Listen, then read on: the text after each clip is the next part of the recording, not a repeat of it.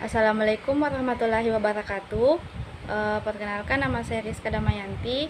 Di video kali ini saya akan menjelaskan mengenai model-model pengembangan kurikulum. Nah, sebelum itu saya akan menjelaskan model pengembangan kurikulum. Pengembangan kurikulum pada dasarnya merupakan suatu proses merencanakan, melaksanakan, dan mengevaluasi kurikulum yang ada, yang pada akhirnya menghasilkan suatu desain atau rancangan kurikulum. Salah satu cara untuk mengembangkan desain kurikulum tersebut yaitu melalui model kurikulum. Model adalah pola dasar atau kerangka konseptual yang berfungsi sebagai pedoman untuk melakukan tindakan. Model pengembangan kurikulum pada dasarnya merupakan kerangka konseptual yang melukiskan prosedur sistematis yang diperlukan untuk membuat keputusan dalam pengembangan suatu kurikulum. Model pengembangan kurikulum suatu satuan pendidikan memiliki ciri dan karakteristik yang disesuaikan kondisi, situasi, dan kebutuhan peserta didik, satuan pendidikan, serta budaya setempat. Adanya model pengembangan kurikulum ini dapat dijadikan acuan atau referensi atau inspirasi bagi satuan pendidikan sejenis atau satuan pendidikan lain untuk mengembangkan kurikulum melalui proses adaptasi, adopsi, elaborasi, maupun inovasi, sehingga menghasilkan kurikulum yang lebih sesuai dengan kebutuhan dan efektif untuk diimplementasikan sesuai dengan karakteristik satuan pendidikan tersebut.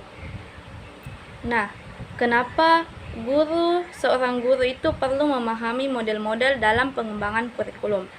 Selain sebagai pelaksana kurikulum, guru pada hakikatnya adalah perancang dan pengembang kurikulum pada tataran mikro di tingkat satuan pendidikan atau sekolah. Pemahaman mengenai model-model pengembangan kurikulum dapat membantu guru dalam merancang dan mengembangkan kurikulum sekaligus melaksanakan kurikulum di sekolah. Nah, pemahaman mengenai model-model pengembangan kurikulum dapat membantu guru dalam merancang dan mengembangkan kurikulum sekaligus melaksanakan kurikulum di sekolah. Menurut Oliva, tahun 2009, menggunakan model untuk mengembangkan kurikulum dapat menghasilkan efisiensi dan produktivitas yang lebih besar.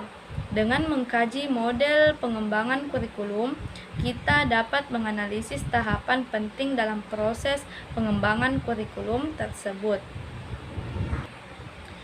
Sudah banyak ahli pendidikan dan kurikulum di berbagai belahan negara maju melakukan kajian atau studi yang melahirkan berbagai model pengembangan kurikulum.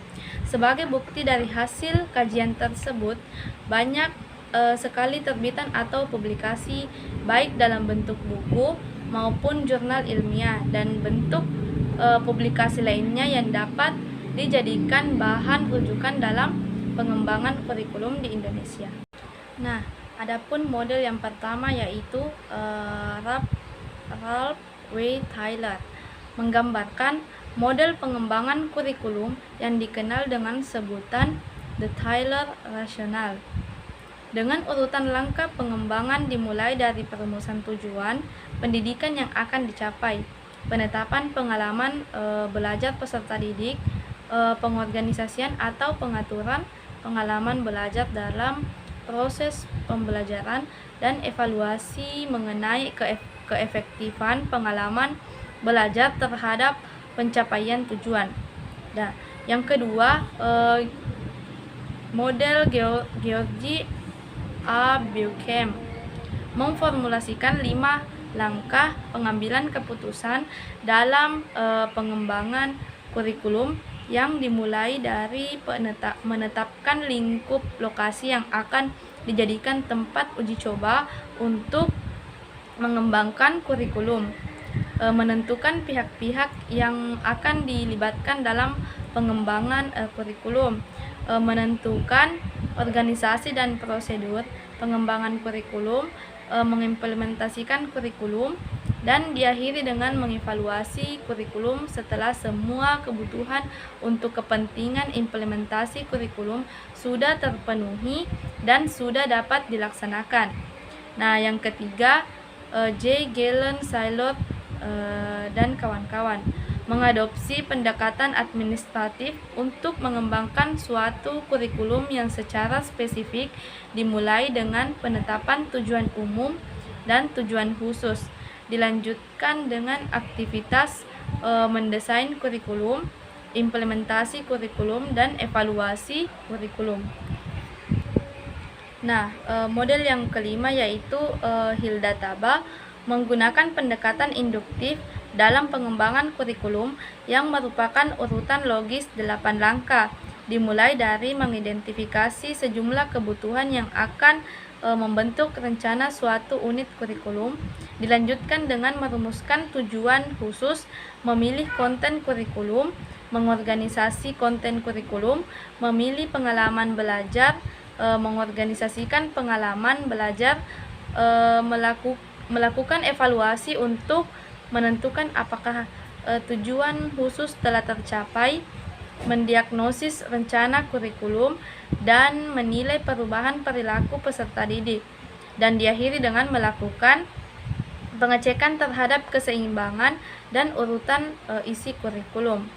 Nah, adapun yang keenam, Peter F. Oliva mempersyaratkan model pengembangan kurikulum yang sederhana atau simpel, komprehensif, dan sistematis dengan 12 komponen langkah pengembangan kurikulum yang saling berkaitan satu sama lain. Nah, ada tadi 12 komponen yang saling berkaitan satu sama lain. Yang pertama, menetapkan dasar filsafat yang digunakan dan pandangan tentang hakikat belajar dengan mempertimbangkan hasil analisis, kebutuhan umum siswa, dan kebutuhan masyarakat. Nah, yang kedua, menganalisis kebutuhan masyarakat tempat sekolah itu berada, kebutuhan khusus siswa, dan urgensi dari disiplin ilmu yang harus diajarkan.